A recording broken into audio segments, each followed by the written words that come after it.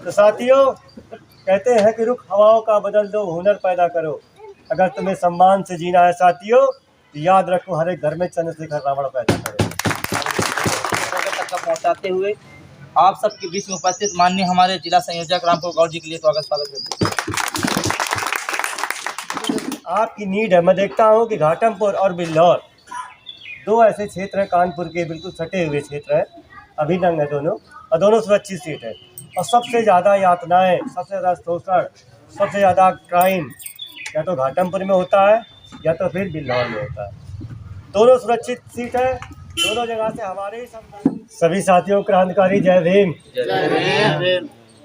साथियों, बहुजन समाज में जन्मे जितने भी संत गुरु महात्मा हुए हैं समय समय पर, जिन्होंने हमारे समाज को जगाने के लिए पूरा जीवन अर्पण कर दिया या एक पल भी काम किया, मैं उन सभी संत गुरु महात्माओं को दिल से नमन और वंदन करता हूँ। और पहले तो मैं सब आप लोगों को बहुत धन्यवाद देता हूँ कि आप लोगों ने अपना समय निकालकर जो इस बहुजन का मूवमेंट का कारवां को आगे ले जाने के लिए तन मन धन से लगे हैं। मैं आप सबको बहुत तहे दिल से किया रहा हूँ। साथियों, ये लड़ाई बहुत पुरानी है, सत्ता की लड़ाई, सरकार की लड़ाई, सरकार के विभिन्न अंग। सरकार है क्या? सरकार मेन चीज़ मायने में 3 अंग होते हैं। सरकार है क्या? सरकार के 3 अंग होते हैं, और तीनों क्या है? न्यायपालिका, कार्यपालिका, विधायिका। हम लोग सत्ता की तो बात करते हैं, राजनीति की बात करते हैं, विधायिका की बात कौन करेगा? कार्यपालिका की बात कौन करेगा? कार्यपालिका का मतलब जानते हैं आप लोग क्या होता है? कार्यपालिका का मतलब होता है कि हमारे आदमी हर ऑफिस, कार्यालय, फैक्ट्री, वहाँ पे अफसर बने, चाहे थानादार हो, चाहे डीएम हो, एसपी हो, कलेक्टर हो, जज हो, ये सारे में आती है कार्यपालिका। न्यायपालिका में होती है जितने भी सुप्रीम कोर्ट हैं, चाहे मजिस्ट्रेट से लेके हाई कोर्ट, सुप्रीम कोर्ट, जब हमारे लोग वहाँ पे पहुँचेंगे तब सही माने में हमारी सरकार आएगी। विधायिका क्या है? संसद, विधायक, मंत्री, इन सभी तीनों में हमें काबिज होना है। ये कई हजार साल की लड़ाई है।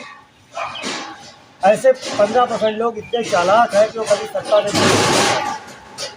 जब सत्ता की बात आती है, वो चाहे किसी की सरकार रही हो, वो सत्ता में अपना गठजोड़ बना के अंदर घुसे रहते हैं। लेकिन भीम आर्मी ऐसी जो संगठन खड़ा किया है, यार पूरे देश में 29 राज्यों में से 24 राज्यों में भीम आर्मी बहुत मजबूती से खड़ी हो चुकी है। आप लोग को बता देना चाहता हूँ कि भीम आर्मी संगठन जब से बना है तब से एक विपक्ष में, मनुवादियों में, खासकर मनुवादियों में अंदर से खलबली सी मच गई है, और वो तरह तरह का षड्यंत्र करते हैं। अभी देखा होगा हाल ही में चंद्रशेखर भैया उड़ीसा गए हैं। ये उनकी घबराहट है जो हम पे हमला करवाते हैं। वो हताश हैं। अगर आपका विरोध हो रहा कहीं से, अगर वो राजनीतिक विरोध हो रहा तो समझ लो राजनीतिक विरोध तो टक्कर मिलेगा, लेकिन जब वो आपको ऊपर शारीरिक हमला करते हैं तो कहीं ना कहीं उनकी बौखलाहट होती है, वो तिलमिलाहट होती है। चंद्रशेखर भैया ने आवाज़ उठाई अभी सदन में, बहुत जल्दी उठाई थी। हाल ही में महाकुंभ मेला भी आयोजन हुआ था, जिसमें 7,000 करोड़ भारत सरकार ने खर्च किए। भैया ने पूछा, एक धर्म के ऊपर आपने सिर्फ 7,000 करोड़ खर्च कर दिए। अभी हाल ही में हमारा अंबेडकर जयंती आ रहा है, ईद आ रहा, बकरीद आ रहा है। ये देश धर्मनिरपेक्ष है। क्या आपके पास कोई बजट है ईद के ऊपर? क्या आपके पास कोई है अंबेडकर जयंती के ऊपर? सदन में बिल्कुल चुप्पी सी छा गई थी। ये देश सबका है, धर्मनिरपेक्ष है। जब आप आर्टिकल पढ़ेंगे, ये देश हमारा धर्मनिरपेक्ष है, तो सबका बराबर का हक अधिकार होना चाहिए, सबका बराबर का सम्मान होना चाहिए।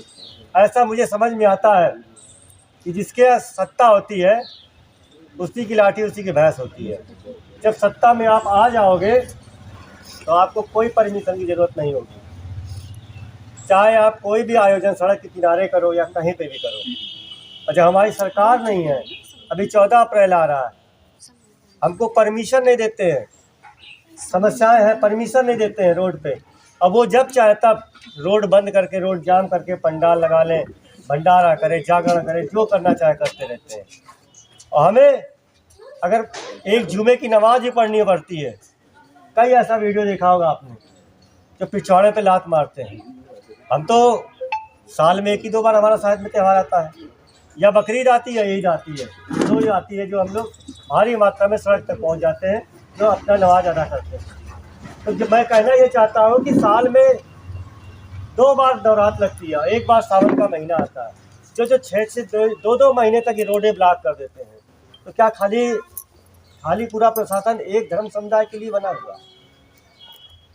ये सोचना होगा आपको, मंथन करना होगा, इसके लिए करना क्या हम लोग को। जब तक आप लोग राजनीति में, न्यायपालिका, कार्यपालिका, विधायिका में अपनी पकड़ मजबूत नहीं करेंगे, तब तक दशा ऐसी ही रहेगी।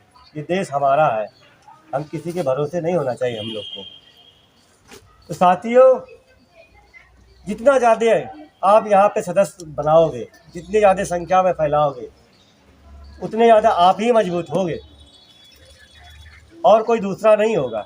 जितनी समस्याएं आपके घाटमपुर की होगी, वो निपटारा आप ही लोग को करना है।